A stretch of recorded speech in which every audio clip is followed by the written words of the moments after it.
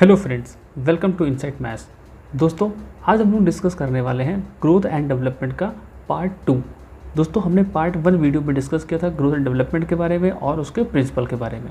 आज हम लोग डिस्कस करेंगे स्टेजेस ऑफ डेवलपमेंट के बारे में और उन फैक्टर्स के बारे में जो कि अफेक्ट करते हैं ग्रोथ और डेवलपमेंट को। तो अगर आपने पिछली वीडियो नहीं देखी तो उसको देख लीजिए, जिससे कि आपको इस वीडियो में हेल्प मिल सके। दोस्तों, ये वीडियो होने वाली है रिवीजन वाली, जिससे कि हम लोग जल्दी टॉपिक को कवर करेंगे ताकि आपको जल्दी से जल्दी सारा सिलेबस हो सके। एग्ज़ाम बहुत ही पास है हमारा। तो चलिए वीडियो को शुरू करते हैं। दोस्तों, यहाँ पर सबसे पहला टॉपिक हमारा factor affecting growth and development का। ठीक है कि ऐसे कौन कौन से फैक्टर हैं जो हमारे ग्रोथ और डेवलपमेंट को अफेक्ट करते हैं। तो देखिए, यहाँ पर मेनली दो ही फैक्टर्स हैं जो हमारे ग्रोथ और डेवलपमेंट को अफेक्ट करते हैं, वो हैं हेरिडिटी और एनवायरनमेंट। देखिए, ये हेरिडिटी होता क्या है? हेरिडिटी क्या है? एक बायोलॉजिकल एस्पेक्ट है। बायोलॉजिकल एस्पेक्ट का मतलब क्या है कि वो सभी चीज़ें जो हमारे पेरेंट्स से हमको मिली हुई हैं। ठीक है, जैसे कि अगर आप देखें तो लोगों की आंखों का कलर, ठीक है, उनकी स्किन का कलर, उनकी हाइट, कुछ बहुत जिसकी चीज़ें होती हैं उनके पेरेंट्स के ही थ्रू हमारे अंदर आती हैं। ठीक है, अब वैसे मेरे पेरेंट्स हैं तो अगर मेरे पेरेंट्स का आई का कलर ब्लैक होगा या फिर ब्राउन होगा तो मेरी भी आंखों का कलर ब्राउन या फिर ब्लैक होगा। ठीक है, तो ये सभी चीज़ें जो कि हमको हमारे पेरेंट्स के थ्रू हमें मिलती हैं, वो सब किस में आती हैं? हेरिडिटी में आती हैं। ठीक है, ये जो हमारे पेरेंट्स के थ्रू हमारे अंदर जो जीन्स ट्रांसफ़र होते हैं, उनकी वजह से जो कैरेक्टरिस्टिक्स हमारे अंदर होती हैं वो आती है, सबकी सब किस में? हेरिडिटी में आती हैं।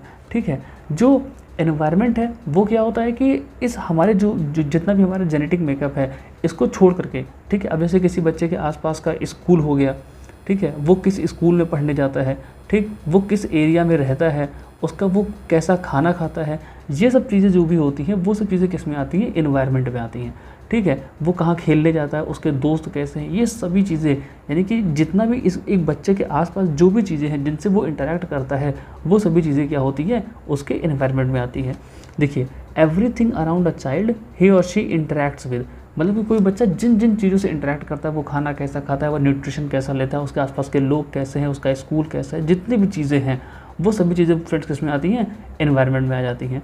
और हेरिडिटी क्या है कि जो उसको उसके पेरेंट्स के थ्रू ट्रांसफ़र किया गया है वो क्या है? हेरिडिटी में आता है। ठीक, heredity decide the upper and lower limit of our capabilities. Heredity क्या करता है कि हमारी जो अपर और लोअर लिमिट है किसी भी काम को करने की, या फिर हमारी जो भी कैपेबिलिटीज़ हैं उनकी अपर और लोअर लिमिट को सेट कर देता है। सपोज़ करिए कि मैं स्पोर्ट्स खेलता हूँ, ठीक है, तो हो सकता है कि जो मेरी भी कुछ भी, मान लीजिए मैं क्रिकेट खेलता हूँ, ठीक है, तो हो सकता है कि मेरे अंदर कुछ ऐसा चीज़ें हों जिनसे कि मैं थोड़ा बहुत तो स्पोर्ट्स खेल सकता हूँ लेकिन बहुत अच्छा नहीं खेल सकता। ठीक है, क्योंकि अब मेरे पेरेंट्स के अंदर वो स्पोर्ट्स वाले जो भी जीन्स होंगे या फिर जो भी चीज़ें हैं कि हाँ फिज़िकल जो हेल्थ चाहिए होती है स्पोर्ट्स के लिए, वैसे जीन्स नहीं होंगे। तो अगर मेरे पेरेंट्स में वैसे जीन्स नहीं है तो मुझ में भी वैसे जीन्स नहीं आएंगे, तो मैं क्या होगा? एक अच्छा स्पोर्ट्स पर्सन नहीं बन पाऊँगा। ठीक है, तो अब ऐसा भी नहीं कि बिल्कुल स्पोर्ट्स नहीं खेल सकता, ठीक है, थोड़ा बहुत तो होगा ही। ठीक है, लेकिन अगर बात करें तो वो सभी चीज़ें जो हमें पेरेंट्स से ट्रांसफ़र हुई है कि मैं थोड़ा बहुत तो खेल सकता हूँ लेकिन बहुत अच्छा नहीं खेल सकता। ठीक है, खेल अच्छा खेलना मतलब कि मेरे अंदर वो स्ट्रेंथ ही नहीं है या फिर वो कैपेबिलिटी ही नहीं है कि मैं बहुत अच्छा स्पोर्ट्स खेल सकूँ, मेरा शरीर वैसा है ही नहीं। ठीक है, तो ये सभी चीज़ें हमें किससे मिलती है? हेरिडिटी से मिलती हैं। और हेरिडिटी क्या करता है? एक हमारे लिए अपर लिमिट और लोअर लिमिट सेट कर देता है। सपोज़ करिए अगर मान लीजिए मैं खेलता भी हूँ ना, तो मैं गली मोहल्ले में खेलने के लिए ठीक हूँ, लेकिन मैं इतना अच्छा नहीं खेल सकता कि मैं जा करके वहाँ इंडिया को रिप्रेजेंट कर सकूँ, वर्ल्ड कप में मैच कर सकूँ, ऐसा नहीं हो सकता क्योंकि मेरे अंदर वो कैपेबिलिटीज़ हैं ही नहीं। तो ये हेरिडिटी क्या करता है? हमारे लिए एक लोअर ग्राउंड और एक अपर ग्राउंड क्या कर देता है? सेट करता है कि भैया हाँ, तुम इसके बीच में ही तुम क्या कर सकते हो? डेवलप कर सकते हो, खेल सकते हो, सब कुछ कर सकते हो। ठीक है, लेकिन एनवायरनमेंट क्या करता है?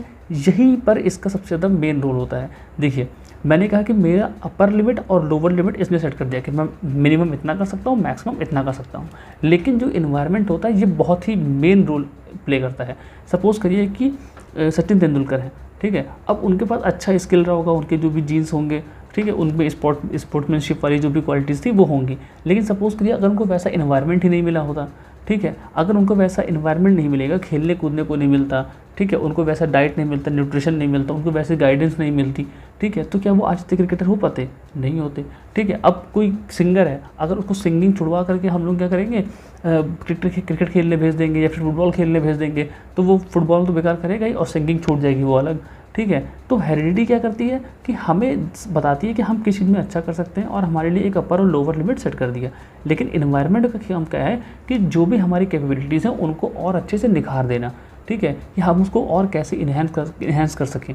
ठीक है, यहाँ पर काम कौन आता है, एनवायरनमेंट हमारा काम आता है। ठीक, अब देखिए हेरिडिटी डिसाइड करती है हाउ फार वी कैन गो।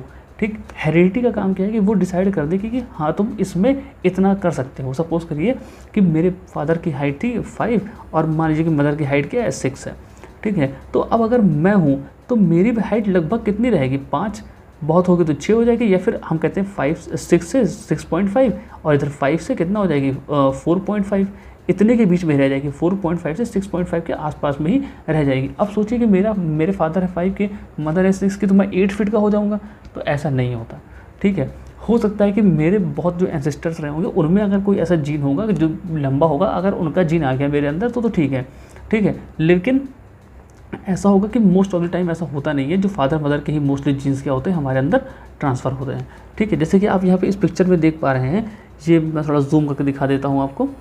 ये देखिए यहाँ पर जो फादर हैं उनके ईयर्स जो हैं वो क्या करते हैं, इस बच्चे से मैच करते हैं, और यहाँ पर जो मदर हैं उनके हेयर क्या करते हैं, इस बच्चे से मैच कर रहे हैं। ठीक, और पापा की जो आंखें हैं वो भी क्या हो रही है, इस बच्चे से मिल रही हैं, लेकिन इस बच्चे की जो हाइट है वो किससे मिल रही है, अपनी मदर से मिल रही है। इसका मतलब क्या है कि इस बच्चे को इस बच्चे के जो कान हैं वो और जो आंखें हैं वो किस पे गई हैं, अपने पापा के ऊपर गई हैं, और जो बच्चा उसकी हाइट और उसके बालों का कलर किसके ऊपर गया है, अपनी मदर के ऊपर गया है। तो ये सब चीज़ें क्या है, एक जेनेटिक है। ठीक, इसमें हम और आप कुछ कर नहीं सकते। ठीक है, जो बच्चा पैदा होगा वो पहले से ही जो जेनेटिक कोडिंग होती है उसके अकॉर्डिंग ही बेबी पैदा होते हैं। ठीक, तो ये सब चीज़ें किस में आती हैं, हेरिडिटी में आती हैं। और इन्वायरमेंट क्या है कि अब बच्चे की हाइट इतनी है, अगर हम उसे अच्छा खाना खिलाएं, अच्छा न्यूट्रिशन दें, अच्छी एक्सरसाइजेस कराएं, तो इसकी हाइट थोड़ी बहुत हम लोग ऊपर नीचे कर सकते हैं। ठीक है, तो वहाँ पर कौन काम आता है, इन्वायरमेंट काम आता है। मुझे लगता है कि आप ये फैक्टर्स जो भी है दोनों वो अच्छी तरह से समझिए होंगे। ठीक है, यहाँ पर एक चीज़ और आती है जो इन्वायरमेंट में होती है, जैसे कि यहाँ पर लिखा है it decide how far we can go. ठीक है, तो इन्वायरमेंट में होता है कि how far we will go. ठीक है, अब इसने तो बता दिया कि हम कितना जा सकते हैं। ठीक है, लेकिन एनवायरनमेंट ही सेट करता है कि हम कितना जाएंगे। ठीक है, सपोज करिए अगर मुझे अच्छा न्यूट्रिशन मिलेगा तो मैं इस अपर लिमिट और लोअर लिमिट के बीच में हूँ। अगर मुझे अच्छा एनवायरनमेंट मिला तो मैं अपर लिमिट को टच कर सकता हूँ, लेकिन अगर मुझे अच्छा एनवायरनमेंट नहीं मिला तो हो सकता है कि मैं भी बीच में ही कहीं पे रह जाऊँगा। ठीक है, तो एनवायरनमेंट क्या डिसाइड करेगा, how far we will go, क्योंकि यही डिसाइड करता है कि हम कितना आगे जा सकते हैं, हमारा जो भी चीज़ें हमको चाहिए किसी भी फील्ड में अच्छा करने के लिए वो हमको मिल रही हैं या फिर नहीं मिल रही हैं। ठीक, और हेरिडिटी क्या करता है, ये डिसाइड कर देता है कि how far we can go. ठीक है, ये एक अपर लिमिट और लोअर लिमिट सेट कर देगा, जिससे कि आप इसके अंदर रह सकते हैं और जो भी आप कर सकते हैं, आपकी कैपेबिलिटीज मैक्सिमली देखा जाए तो इतनी है, आप इसके अंदर जो भी करना चाहें वो कर सकते हैं। अब हम लोग चलते हैं फ्रेंड्स, यहाँ पर एक और चीज़ लिखी हुई है, development is equal to heredity into environment. अब देखिए जो हमारा डेवलपमेंट होता है वो क्या होता है, एक प्रोडक्ट होता है, किसका, हेरिडिटी का और एनवायरनमेंट का। ठीक, कई ये सीटेट में एक बार क्वेश्चन पूछा भी गया है कि जो डेवलपमेंट होता है वो क्या एडिशन होता है, सब्ट्रैक्शन होता है, या फिर डिवीजन होता है, या फिर प्रोडक्ट होता है हेरिडिटी और एनवायरनमेंट का। तो देखिए ये एक क्वेश्चन पूछा गया था। देखिए डेवलपमेंट जो होता है वो क्या होता है, हेरिडिटी और एनवायरनमेंट का प्रोडक्ट होता है। ठीक है, कुछ केसेस में ऐसा होता है कि हेरिडिटी ज़्यादा आगे रहती है और कुछ में ऐसा होता है कि जो एनवायरनमेंट होता है वो ज़्यादा आगे रहता है। देखिए अगर हम बात करें डेवलपमेंट की, तो डेवलपमेंट क्या है, हेरिडिटी और एनवायरनमेंट का प्रोडक्ट है। देखिए जिस केस में अगर हेरिडिटी हमारा क्या होगा, वो ज़्यादा होगा, उस केस में हम हो सकता है कि हमारा एनवायरनमेंट कैसा हो, कम हो। जैसे कि हमारी आंखों का कलर सेट करना, उस केस में क्या है कि सब कुछ डिपेंड किस पे करता है, हेरिडिटी पे, उसमें एनवायरनमेंट का कोई खासा रोल नहीं है। ठीक, लेकिन अगर मान लीजिए हम बात करते हैं कि हमारे अंदर डेवलप करनी है एक स्किल डेवलप करनी है, मान लीजिए कि रनिंग की, ठीक है, कि मुझे कोई है एथलीट बनना है। ठीक, तो अगर उसके लिए मेरे पास क्या होगा, मेरे जो जीन्स होंगे उसमें थोड़ा बहुत तो स्पोर्ट्समैनशिप वाला वैसा कुछ होना चाहिए, जेनेटिक मेकअप होना चाहिए, जिससे कि क्या हो कि मैं इस स्पोर्ट्समैनशिप वाले में काम कर सकूं। हो सकता है कि मैं चाहता तो हूँ हुसैन बोल्ट जैसा भागना, लेकिन मेरा शरीर उतना स्ट्रांग है ही नहीं, या फिर मेरी जो बोन्स है, स्ट्रेंथ है, वो ऐसी है ही नहीं कि मैं इतना दौड़ सकूँ। ठीक, तो वहाँ पर क्या है कि अगर मेरी हेरिडिटी में ही वो जीन्स नहीं है तो भले ही आप मुझे कितना खिला दे पिला दे, उससे कोई मतलब नहीं है। ठीक है, हालांकि थोड़ा बहुत तो बूस्ट करेगा, लेकिन बहुत अच्छा कर दूंगा मैं उस फील्ड में, ऐसा नहीं होता। ठीक है, तो क्या है कि दोनों ही इम्पॉर्टेंट हैं, हेरिडिटी भी इम्पॉर्टेंट है और क्या है, एनवायरनमेंट भी इम्पॉर्टेंट है, लेकिन हम दोनों को ही इक्वल इंपॉर्टेंस दे देंगे ऐसा ज़रूरी नहीं होता। ठीक है, अब देखिए यहाँ पर एक क्वेश्चन आया हुआ था प्रीवियस ईयर में, development is the result of dash of nature and nurture. देखिए नेचर से मतलब है यहाँ पर हेरिडिटी से, और नर्चर से मतलब है यहाँ पर एनवायरनमेंट से। अब देखिए इसका आंसर क्या होगा, development is the result of dash of nature and nurture, alienation, disjunction, interaction और इंडिपेंडेंट एक्शंस। अब आप लोगों को इसका आंसर कमेंट सेक्शन में लिखना है, ठीक है। अगर आपको नहीं आएगा तो आप कमेंट करिएगा, मैं आपको लिख के बता दूंगा। तो फ्रेंड्स अब हम लोग चलते हैं आगे स्टेजेस ऑफ डेवलपमेंट पे, ठीक है। देखिए CDP एक ऐसा सब्जेक्ट है जिसमें आपको बहुत ही बेसिक चीज़ें पूछी जाएंगी, लेकिन आपको बहुत मतलब कामली आंसर करना है, ठीक है। बच्चे को मन में, ठीक है, कि बच्चा होगा तो वो कैसा फील करेगा, उसके हिसाब से आपको आंसर करना रहता है। चलिए खैर, अब देखिए स्टेजेस ऑफ डेवलपमेंट की, ठीक है, कि बच्चे जो है किस किस स्टेज में डेवलप करते हैं, क्या क्या उनका डेवलपमेंट का स्टेजेस हैं। देखिए सबसे पहला क्या है, कंसेप्शन पीरियड।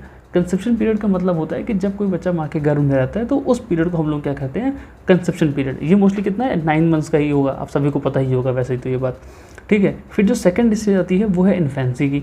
इन्फेंसी कब से कब तक चलती है, 0 से लेकर 2 साल तक, ठीक है। देखिए ये जितने भी हैं इन ईयर से भी पूछा जाता है कि कौन सा ईयर, मतलब किसको हम लोग क्या कहते हैं, इन्फेंसी की स्टेज क्या होती है, मतलब कितने ईयर से कितने ईयर तक हम लोग इन्फेंसी बोलते हैं, चाइल्डहुड कितने से कितने तक है, इस पर भी क्वेश्चन आते हैं, ठीक है। उसके बाद हमारा कौन सा है, चाइल्डहुड।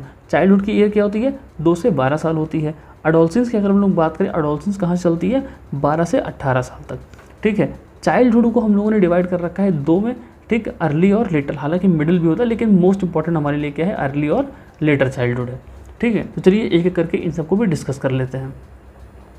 सबसे पहले फ्रेंड्स हमारे पास आता है इन्फेंसी पीरियड। इन्फेंसी पीरियड वो पीरियड है जिसमें बच्चा क्या होता है, जैसे पैदा हुआ उसके बाद से 2 साल तक का जो भी पीरियड है वो उसको हम लोग किसमें बोलते हैं, इन्फेंसी पीरियड कहते हैं, ठीक। इस इन्फेंसी पीरियड में हमने देख लिया कि 0 से लेकर 2 साल तक के बच्चों को हम लोग क्या बोलेंगे, इन्फेंट्स या फिर इन्फेंसी की स्टेज कहते हैं, ठीक।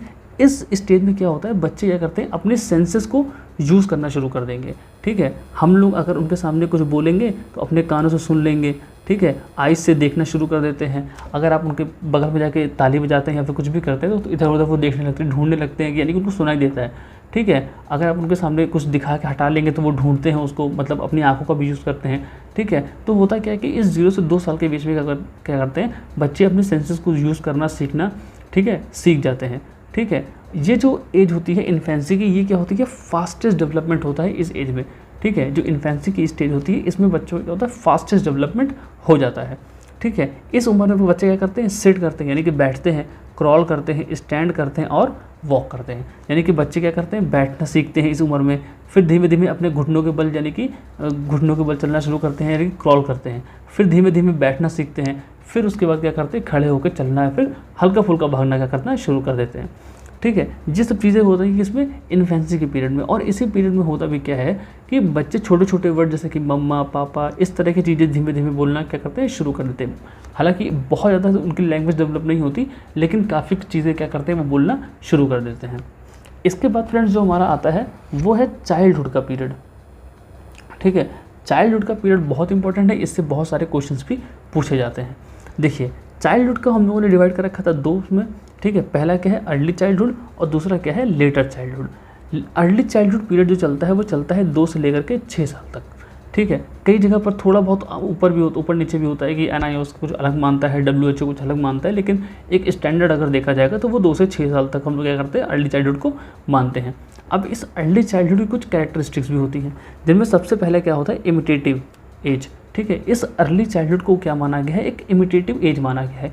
इमिटेटिव एज का मतलब होता है कि इसमें बच्चे नकल करते हैं, ठीक है। आप उनके सामने जैसा करेंगे वो भी क्या करेंगे, वैसा ही बिल्कुल करने की कोशिश करेंगे, यानी कि इमिटेट करना या फिर नकल करने की कोशिश करते हैं, ठीक है। इस अर्ली चाइल्डहुड को हम लोग क्या कहते हैं, टॉय एज भी कहते हैं, ठीक है। इस उम्र में बच्चे क्या करते हैं, खिलौनों से बहुत खेलते हैं, ठीक है। आपने अपने घर में आसपास में देखा होगा कि बच्चे इस उम्र में वो घर खेलना, जैसे कि वो डॉक्टर सेट से खेलना होता है या फिर कुछ और, जैसे कि आप जो भी खिलौने उनके ला दें तो क्या करते हैं, वो खिलौनों से खेलना बहुत पसंद करते हैं इस उम्र में, ठीक है। तो अब खिलौनों से खेलते हैं, इसलिए इसे हम लोग क्या बोलते हैं, टॉय एज भी कहते हैं।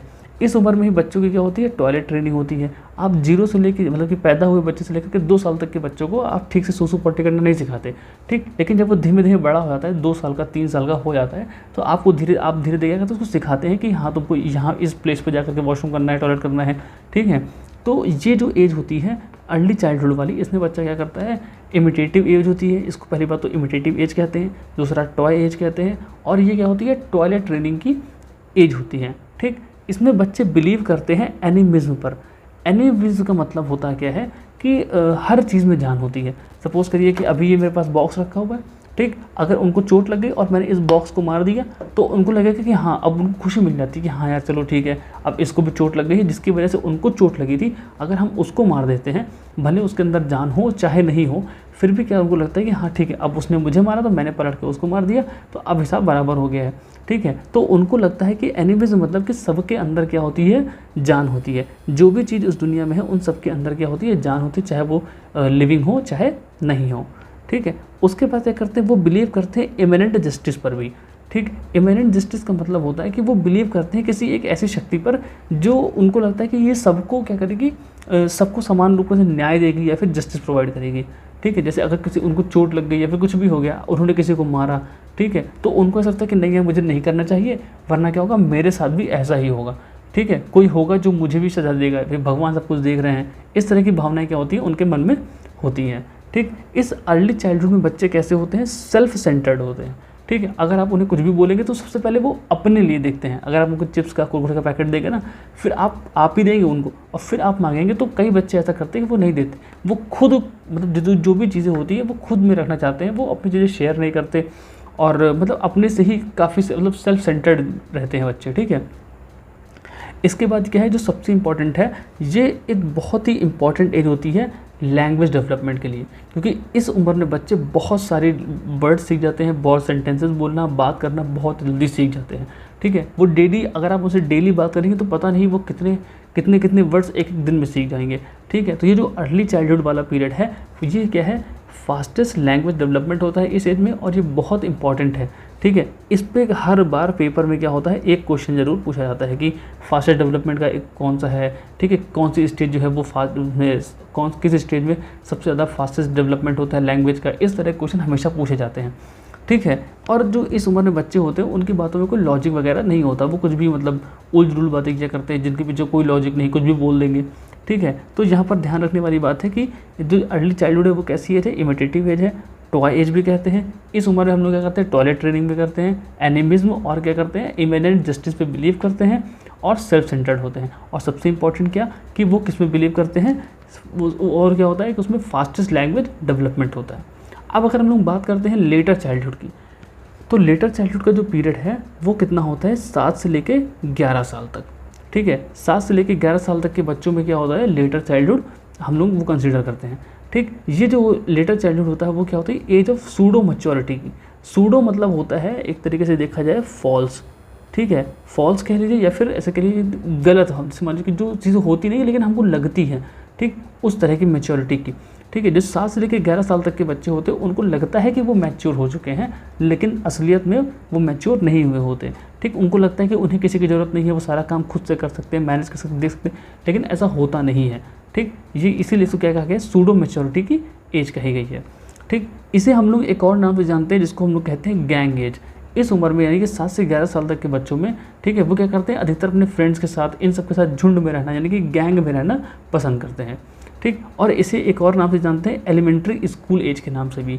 ठीक है, 7 से 11 साल तक के बच्चे जो होते हैं वो काफ़ी ज़्यादा मतलब उसमें घिरे रहते हैं, अपनी पढ़ाई को, स्कूल को लेकर के इन सब में घिरे रहते हैं।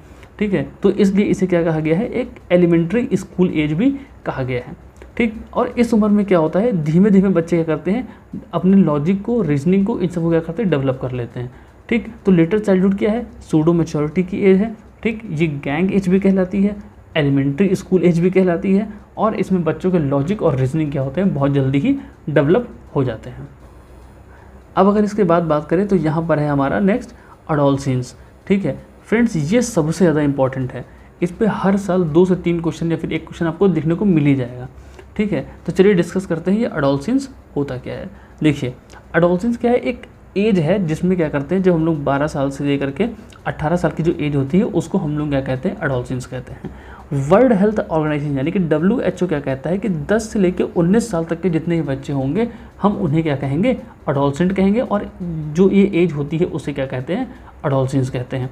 ठीक है, ये जो एडोलसेंस है ये क्या है, एक थ्रेशोल्ड है, या फिर ऐसे कह लीजिए एक गेट है चाइल्डहुड के बीच में और किसके बीच में, अडल्टहुड के बीच में, ठीक है। यानी कि बचपन से हम लोग क्या करते हैं, बड़े की तरफ जा रहे हैं, तो बीच में एक एज जो आती है वो कौन सी है, एडोलसेंस है। ये एडोलसेंस क्या है, एक थ्रेशोल्ड कह लीजिए, एक गेट कह लीजिए, ठीक है, दहलीज हो, इस तरह का कुछ नाम ले लीजिए। ये क्या है, एक मतलब गेट है कि जिससे आप पहले चाइल्डहुड में थे, अब फिर एडल्टहुड पार करके, एडोलसेंस पार करके आप कहाँ पहुँच जाएंगे, चाइल्डहुड में आ जाएंगे। तो ये इस वजह से ब्रिज होता है दोनों के बीच का, ठीक है। देखिए adolescence is derived from Latin word adolescere, ठीक है। ये एडोलसेंस हम लोगों ने किस भाषा से डिराइव किया है, लैटिन भाषा से, जिसका नाम वहाँ पर क्या होता है, एडोलसियर। और उस एडोलसियर का मतलब क्या होता है, टू ग्रो टू मैच्योरिटी, यानी कि हम लोग बच्चे से अब किस तरफ जा रहे हैं, मैच्योरिटी की तरफ से, ठीक है। यानी पहले हमारे पास बचपना था, लेकिन धीमे धीमे अब हम कहाँ की तरफ बढ़ रहे हैं, परिपक्वता यानी कि मैच्योरिटी की तरफ, ठीक। ये जो होती है सबसे क्या होती है, प्रॉब्लमैटिक एज होती है, ठीक है। इस उम्र में बच्चे क्या होते हैं, अपने करियर को लेकर टेंशन रहते हैं, अपने लव को लेकर के टेंशन रहते हैं, फैमिली को लेकर के टेंशन में रहते हैं। सबसे जो मतलब परेशान एज होती है वो कौन सी है, एडोलसेंस ही है। यहाँ पर मैंने उससे कुछ कैरेक्टरिस्टिक्स ले रखी है, चलिए उसको देख लेते हैं। सबसे पहला क्या है, एज ऑफ आइडेंटिटी क्राइसिस। क्या होती है ये एज ऑफ आइडेंटिटी क्राइसिस का मतलब है कि इस उम्र में बच्चे खुद को पहचानने की कोशिश करते हैं कि यार मैं कौन हूँ, मैं यहाँ पर क्यों आया हूँ, मेरा अस्तित्व क्या है, मेरी भी कुछ पहचान है कि नहीं है, ठीक है। तो इस तरह की जो चीज़ें होती हैं वो क्या है, आइडेंटिटी क्राइसिस, मतलब वो खुद की अपनी एक पहचान बनाने में या फिर उसको ढूंढने में लगा रहता है, ठीक है। और इसे सबसे बहुत ही डिफिकल्ट पीरियड होता है, कई सारे हार्मोनल चेंज होते हैं और कई सारे फिजिकल चेंजेस होते हैं, ठीक है। बहुत मतलब बच्चे खुद ही समझ नहीं पाते कि ये मुझे क्या हो रहा है, क्या नहीं हो रहा है। अब ये भी प्रॉब्लम है कि वो आसपास में किसी से डिस्कस कर भी नहीं सकते, ठीक है। ये जो एज होती है एडोलसेंस वाली, इसमें क्या होती है, बहुत कम स्टेबिलिटी होती है, ठीक, और वो एडजस्ट भी नहीं कर पाते, ठीक है। स्टेबिलिटी का मतलब क्या है कि अब इतना सारा हार्मोनल चेंज है, इतना फिजिकल चेंज है, ठीक है, इससे वो एडजस्ट नहीं कर पाते। पहले तो बचपन थे, उसमें कुछ उनको पता नहीं चल रहा था, अचानक से धीमे धीमे क्या हो गया कि उनका मतलब इतने बॉडी में चेंजेस होने लगे, इतने हार्मोन्स में चेंजेस होने लगे, वो तो इस सिचुएशन से क्या होते हैं, एडजस्ट नहीं कर पाते, ठीक। और वो काफ़ी अनस्टेबल, उनका माइंड भी क्या होता है, काफ़ी अनस्टेबल होता है, ठीक है। इस उम्र में बच्चों के अंदर क्या होती है, फीलिंग ऑफ रिवोल्ट होती है, क्योंकि अभी पहले वो छोटे थे, अब वो बड़े हो गए, ठीक है। हालांकि वो पूरी तरह से बड़े नहीं हुए हैं, लेकिन अब पूरी तरह से बच्चे भी नहीं हैं, तो उनके घर वाले या फिर जो भी आसपास के होते हैं वो उनसे एक्सपेक्ट करते हैं कि यार वो बड़ों की तरह बिहेव करें, बच्चों की तरह बिहेव ना करें। लेकिन उनको ट्रीट कैसे करते हैं, बच्चों की तरह करते हैं, ठीक। हम उनसे एक्सपेक्ट कर रहे हैं कि वो बड़ों जैसे बिहेव करें, लेकिन ट्रीट कैसे कर रहे हैं, बच्चों जैसे ही, हर बात पे डांट देना, उनकी बात ना सुनना, ये सब चीज़ें कर रहे हैं, ठीक। और हम उनसे उम्मीद करते हैं कि वो बड़े हो जाएं अब, ठीक है। तो इस तरह में क्या होता है कि उनके अंदर एक फीलिंग ऑफ रिवोल्ट आ जाती है, यानी विद्रोह की भावना आ जाती है, ठीक। और इस उम्र में वो काफ़ी वोकेशनल एंजाइटी को भी मतलब कि अपने करियर को लेकर भी बहुत परेशान रहते हैं कि यार मुझे क्या करना है, आगे जा करके कुछ बनना है, कुछ हासिल करना है। ये सब चीज़ें भी एडोलसेंस में क्या होती है, काफ़ी कॉमन होती है, वो काफ़ी ज़्यादा इन सबसे परेशान रहते हैं, ठीक है। तो इसको एक स्प्रिंग एज के नाम से भी जाना जाता है। स्प्रिंग एज का मतलब क्या है कि ये एक ऐसी एज है जिसमें बच्चा अगर चाहे तो अपनी जितनी भी एनर्जी होती है, क्योंकि इस उम्र में बच्चों के पास बहुत एनर्जी है, ठीक है। अगर अपनी वो चाहे एनर्जी को सही जगह पर अगर फोकस कर दे तो क्या करेगा, उसका डेवलपमेंट और ग्रोथ क्या हो जाएगा, काफ़ी अच्छा हो जाएगा, ठीक। ये क्या है, एक थ्रेशोल्ड है टू अडल्टहुड। मैंने पहले बताया थ्रेशोल्ड या फिर ऐसे कहने की दहलीज है किसकी तरफ, अडल्टहुड की तरफ। पहले बच्चा कहाँ पे था, चाइल्डहुड था, अब कहाँ पहुँचेगा, इसके बाद अडल्टहुड। तो दोनों के बीच में जो ब्रिज आ गया, ठीक, वो बोलिए कौन है, हमारा एडोलसेंस है, ठीक। इसके बाद क्या है, इसमें बच्चे क्या करते हैं, डे ड्रीमिंग करते हैं। डे ड्रीमिंग का मतलब होता है कि दिन में सपने देखना, मतलब वो मन ही मन सोचा करेंगे, खुली आंखों से सपने देखेंगे कि यार मैं तो ये कर लूँगा, बड़ा होऊंगा तो ये बन जाऊँगा, वो बन जाऊँगा, ठीक है, बड़े होकर मैं रोल्स रॉयस ले लूँगा, लैम्बोर्गिनी खरीद लूँगा। इस तरह के सपने ही वो दिन भर क्या करते हैं, देखा रहते हैं। हालांकि उसके लिए काम करें चाहे ना करें वो तो अलग की बात है, लेकिन सपने ऐसे ऐसे देखते हैं, ठीक है। डेवलपमेंट ऑफ इंटेलेक्चुअल कैपेसिटी, ठीक। इस उम्र में क्या होता है कि बच्चों के अंदर इंटेलेक्ट बहुत ज़्यादा ही डेवलप, मतलब कि वो मैक्सिमम जो होता है वो डेवलप हो जाता है इस उम्र तक आते आते, 18 साल तक, 17 साल तक आते आते उन पर जितना भी इंटेलेक्ट, जितनी बुद्धि होनी थी वो पूरी की पूरी डेवलप हो जाती है ऑलमोस्ट, ठीक। इसके बाद क्या होता है, सबसे मेन जो है वो क्या है, इनके अंदर इमोशनल स्टेबिलिटी नहीं होती। वो छोटी बात पे गुस्सा हो जाएंगे, छोटी बात पे बहुत खुश हो जाते हैं, ठीक है। इस तरह की कैरेक्टरिस्टिक क्या होती है, बच्चों में देखने को मिल जाती हैं, ठीक है। तो एडोलसेंस में मेनली जो चीज़ें हैं वो क्या है कि इसको आइडेंटिटी क्राइसिस की एज कहते हैं, ठीक। इनमें फीलिंग ऑफ रिवोल्ट होती है, इनमें एडजस्टमेंट और स्टेबिलिटी नहीं होती, ठीक है। और इसको स्प्रिंग एज के नाम से जानते हैं, डे ड्रीमिंग करते हैं। और मोस्ट इम्पॉर्टेंट क्या है कि इनमें बिल्कुल भी इमोशनल स्टेबिलिटी नहीं होती, और इस पर हर बार क्वेश्चन पूछा जाता है। अब आगे एक लोग हैं ग्रैनविल स्टैनली हॉल, ठीक, इन्होंने एक डेफिनेशन दी है, adolescence is a period of stress and storm strain and strife, यानी कि जो एडोलसेंस है ये कैसा एक पीरियड होता है, बहुत ही ज़्यादा स्ट्रेस का, तनाव का, उलझनों भरा क्या होता है पीरियड होता है, और जिसमें बच्चा क्या होता है अकेला होता है, उसके पास उसकी मदद करने वाला कोई भी नहीं है, ठीक है, उसके दोस्तों को छोड़ दें तो बहुत ही ऐसे होंगे बच्चे जिनकी फैमिली या फिर फ्रेंड फैमिली जो मेंबर होंगे वो उनको सपोर्ट करते होंगे, उनकी बातों को समझते होंगे, वरना मोस्टली तो नहीं देखा जाता, ठीक है। तो जो ये स्टैनली हॉल थे इन्होंने एक बुक भी लिखी है जिसका नाम है एडोलसेंस, ठीक है, इन्होंने एक बुक भी लिखी है एडोलसेंस, उसी में ही एक ये है कि जो एडोलसेंस है वो क्या है, एक पीरियड है स्ट्रेस एंड स्ट्रॉम का और स्ट्रेन एंड स्ट्राइफ का, ये बहुत इंपॉर्टेंट है और ये भी पेपर में पूछी गई है। तो फ्रेंड्स आज जितने भी हमने पढ़ा है इसमें से आपको 1 से 2 क्वेश्चन पक्का मिल ही जाएंगे, ठीक है। और अगर पूरे डेवलपमेंट की बात करें तो इसमें काफ़ी कुछ चीज़ें हमने से पढ़ ली हैं जो हर साल पूछी जाती हैं। तो दोस्तों अगर आपको वीडियो अच्छी लगी हो तो प्लीज़ इसको लाइक करना, शेयर करना, कमेंट करना, और हम ऐसे ही वीडियोज़ लेकर के आपके लिए आते रहेंगे। तो फ्रेंड्स मिलते हैं अपनी अगली वीडियो में, तब तक के लिए बाय बाय।